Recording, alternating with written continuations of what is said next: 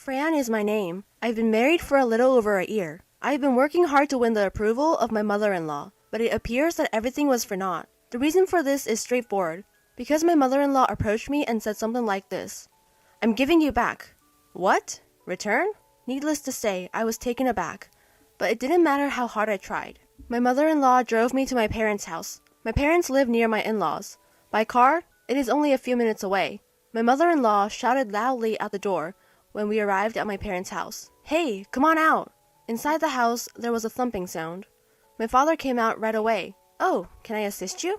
"I'm sorry, but I have to speak with you." "A talk?" "Let's hear it inside. Come on in." My father responded with a smile. My mother-in-law, on the other hand, shook her head. "We can talk here. We're only here to give your useless daughter back." "Useless daughter?" My father's expression shifts. My father's gaze, clearly upset, shifts to my mother-in-law. "What do you mean, useless?" "I mean exactly what I said. Isn't that right?" My mother-in-law expects my father-in-law to agree. "Don't you understand unless I tell you? A wife with a monthly salary of only $500? A faulty product. Defective." "Defective?" My father's face looks like that of a demon. I was afraid my father would go insane, but there was nothing I could do. My mother-in-law, oblivious to my father's rage, continued to speak ill of me as if nothing was wrong. "You know what? She can't do a thing around the house, and you don't make much money." "And you want to return her?" my father inquired of my mother-in-law. When my mother noticed the commotion, she came out of the house. My mother-in-law, on the other hand, didn't look at my mother. "That's what I said," she said to my father. "I'm returning such a wife, so the parents should accept responsibility." "I see. I understand what you mean." My father, on the other hand, took one look at my mother. Then we both nodded and said to my in-laws, "Well then, there's nothing we can do. Let us take responsibility and close the company." "Yes, you need to accept responsibility. And close the company? What? You're going to close the business?" My mother-in-law was taken aback. "Wait, what company are you referring to?" My father-in-law said, a little upset. "You're asking us to take responsibility. It's company. What else could it be?" My father states flatly. I couldn't help but sigh when I saw my father in that state. He is furious. What should I do?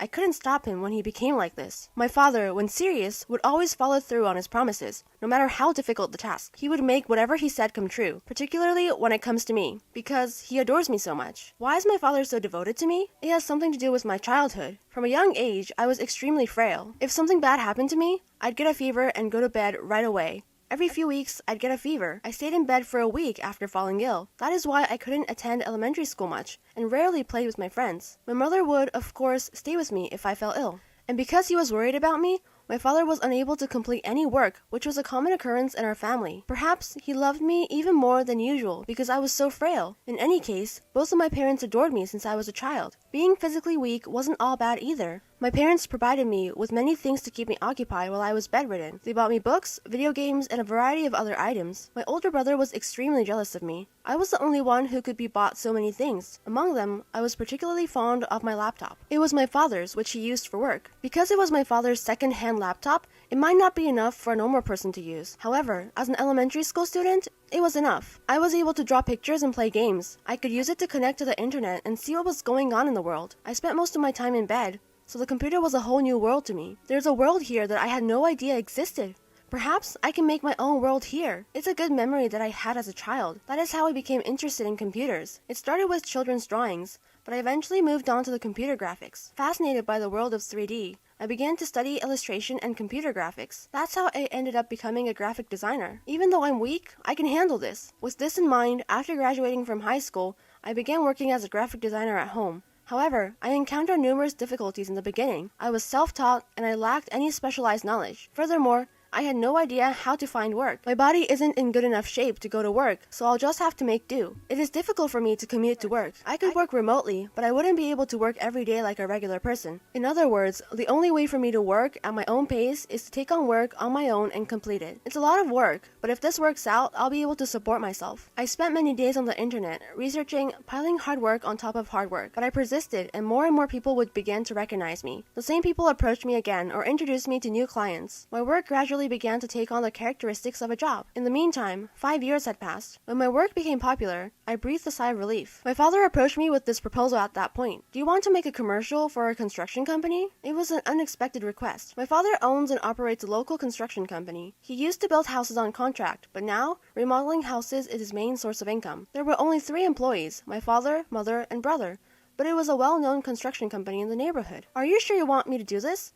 If it were a job, I'd be paid, right? I didn't request it because you're my daughter. I'm asking because I believe you have good advertising taste. I thank my father for his words of wisdom. I was pleased to be recognized as having good taste. But more than anything, I felt accepted. My design was later used as an insert ad in the newspaper. I also made a website for the construction company and posted the ad on it. Of course, because we were a local company, we are not well known on a national scale. Locals would approach me and say, "I saw your ad," and some would even say, "It's good." I couldn't stop smiling because such voices made me so happy. At the same time, my ad was turned into a poster. The posters were displayed at the company's entrance and on bulletin boards maintained by the local community association. I can stand on my own feet. I can live independently. I was overjoyed to have such a sense of accomplishment. Meanwhile, my posters were becoming the talk of the town. The daughter of the construction company is a designer. She also creates advertisements for the building company. Such rumors began to circulate in the community. As a result, the locals began to approach me for assistance. Then someone came to see me one day. It was an electrician from the town. "Your daughter is a designer. Can you create our advertisements?" "I'll ask Fran about it," my father said lightheartedly. Actually,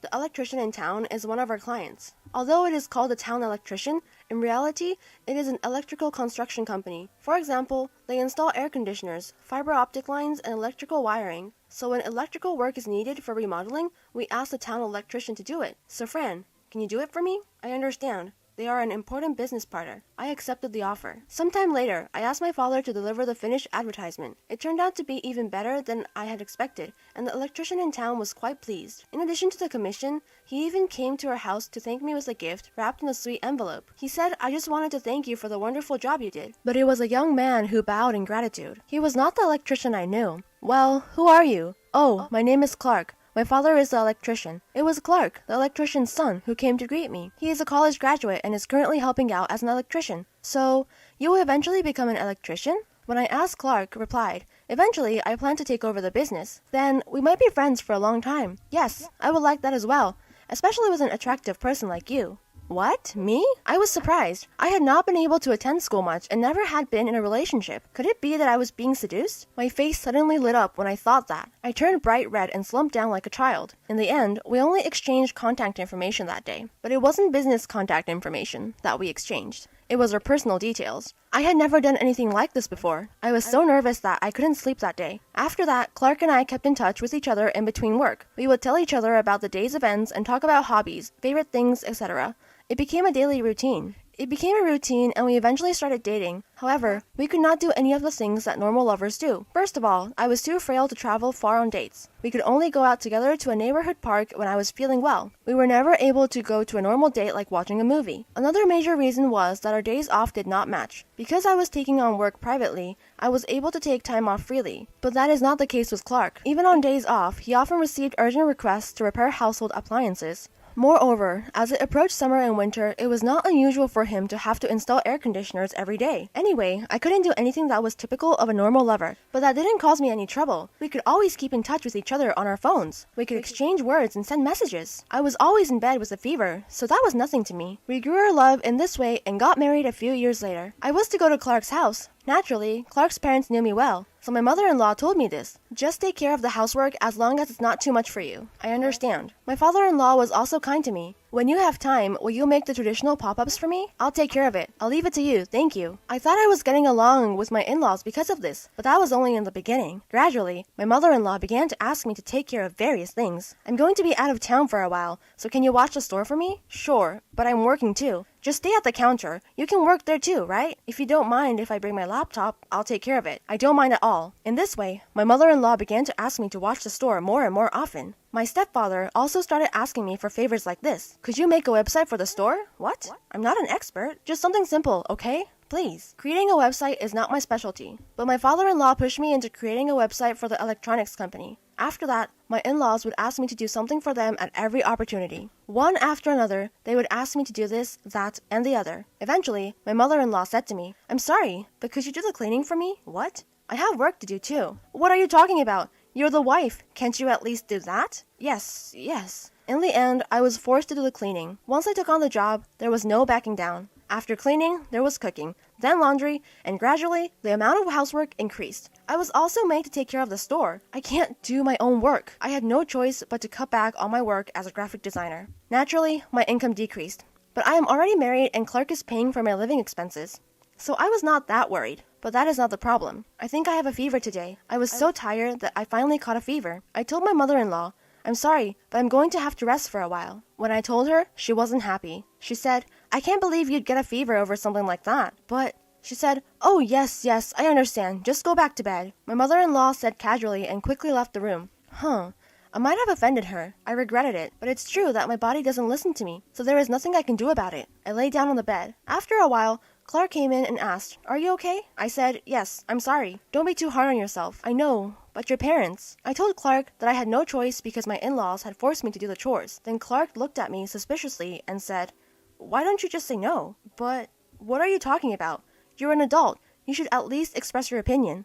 Clark did not understand anything. If this was a proper job, I would definitely say no, but the other party is my in-laws. If I rejected my mother-in-law, it might cause problems later on. It was the same with my father-in-law. If I complain and my father-in-law hates me, he might say, get a divorce. I know it's probably just me thinking too much, but I can't help but think about it. This is why I could not disobey my in-laws. Aside from that, I was sad that Clark didn't understand me. I can't believe he doesn't understand me either. I am all alone in my in-laws' house. Thinking of that, I started crying tears. However, this kind of thing is quite common. I mustn't lose. I steeled myself. After that, when the fever resided, my mother-in-law again asked me to run errands for her. I reduced my own workload and complied with her request as much as I could. In this way, I tried to gain the favor of my parents-in-law. One day, after all this had happened, my mother-in-law suddenly asked me something like this. Fran, how is your work going? Well, I'm continuing little by little, yes. How much money do you earn now? Huh? That's none of your mother-in-law's business, is it? It does matter. Prices have been going up lately, and if you could just give me some money for living expenses. She was grinning. As far as I can see, the electrician's business has not gone away. Rather, as prices have risen, more and more people are looking for energy-efficient home appliances. Thanks to this, the job, such as air conditioner installing, is even increasing. We are sometimes asked by the major electronics retailers to provide support, and if anything, her income should be increasing. That is what I thought. However, my mother-in-law hinted that she did not have enough money to make ends meet. Feeling a little strange, I told her a smaller amount. My income is also tight. I also have housework, so right now my monthly income is about $500. What? $500? Yes. $500 a month is not so bad if you think of it as a part-time job, I thought. My mother-in-law suddenly turned red and said, only $500? And you don't even do much housework. I think I do a fair amount of housework. That's not true. I do all the cooking and cleaning these days. I even take care of the store and do the laundry when my mother-in-law is not around. As I was thinking about this, my mother-in-law said to me, wait a minute, I'll go talk to your father, and ran to my father-in-law. A few minutes later, my mother-in-law came back with my father-in-law and said to me, come with me. I said, what? Where? Your parents' house. My house? I'm returning you. That's what my mother-in-law said. After that, I was forcibly taken to my parents' house, where I was told in front of my father that I would be returned. In response, my father just now said, I'm going to close my own company. As I was dreading what to do, my mother-in-law smiled and said, you want to close your company? Do you mean your construction company? Is that what you're talking about? Yes, there is no other company for me. My father responded with a thin smile. Then, my father-in-law sighed and said, you're going to destroy the construction company and eliminate our electrician's business, aren't you? If that's the case, what then? I'm sorry, but we have other clients besides you. There are tons of electrician jobs out there. Then it's okay for me to take responsibility for my daughter and shut down my own construction company, isn't it? Suit yourself. It's no use trying to coerce me into collapsing together. In the end, my father-in-law yelled and left. My mother-in-law also told me, you useless wife, you don't have to come back. I was left in a daze. Is everything alright, Fran? What should I do, Dad? He said so many hurtful things. Wouldn't it be better to get a divorce? Yeah, I guess so. However, Clark might come for me. The most important thing is for Clark to love me, even if my in-laws don't. That's what I thought. However, Clark did not come for me, no matter how long it took. After a few days passed, I finally received a message from Clark with only one word, let's get divorced. I wasn't convinced. I kept sending messages to Clark, but he never responded. Clark's lawyer called me. I heard that Clark's parents have persuaded him to divorce you. I could not say anything. I agreed to the divorce. I accepted the alimony and other conditions that Clark offered. Thus, my marriage, which lasted less than a year, came to an end. At the same time, my father's construction company also closed its doors. However, it did not stop completely. In fact, my brother took over my father's construction company.